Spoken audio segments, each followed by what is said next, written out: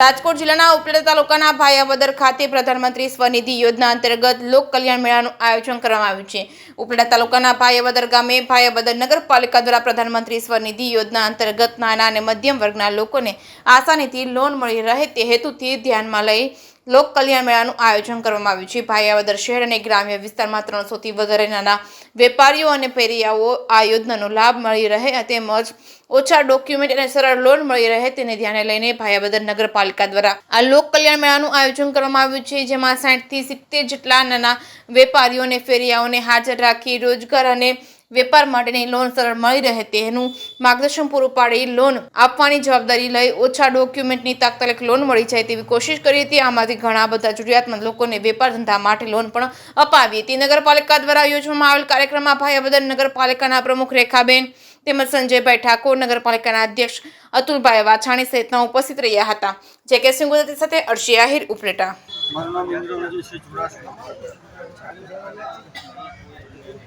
આજે ભાયાવદર નગરપાલિકા દ્વારા પ્રધાનમંત્રી સ્વનિધિ યોજના અંતર્ગત લોક કલ્યાણ મેળાનું આયોજન કરેલું। આ લોક કલ્યાણ મેળાનું આયોજન કરવા પાછળનો હેતુ પ્રધાનમંત્રી સ્વનિધિ યોજનાની અંદર શહેરી વિસ્તારમાં રહેતા ફેરિયાઓ અને એકદમ નાના વેપારીઓને લોન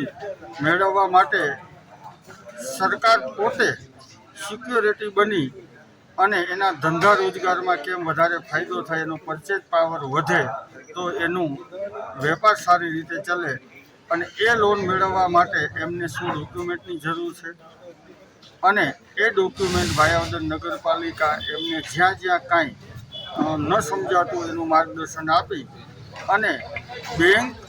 અને જે લોન મેળવનાર ફેરીઓ છે એની વચ્ચે મધ્યસ્થતા થઈ એને ઉપયોગી થઈ અને એને વધારેમાં વધારે લોન સરળતાથી કેમ મળે એના માટે આજે કેમ્પનું આયોજન કર્યું હતું। ભૂતકાળમાં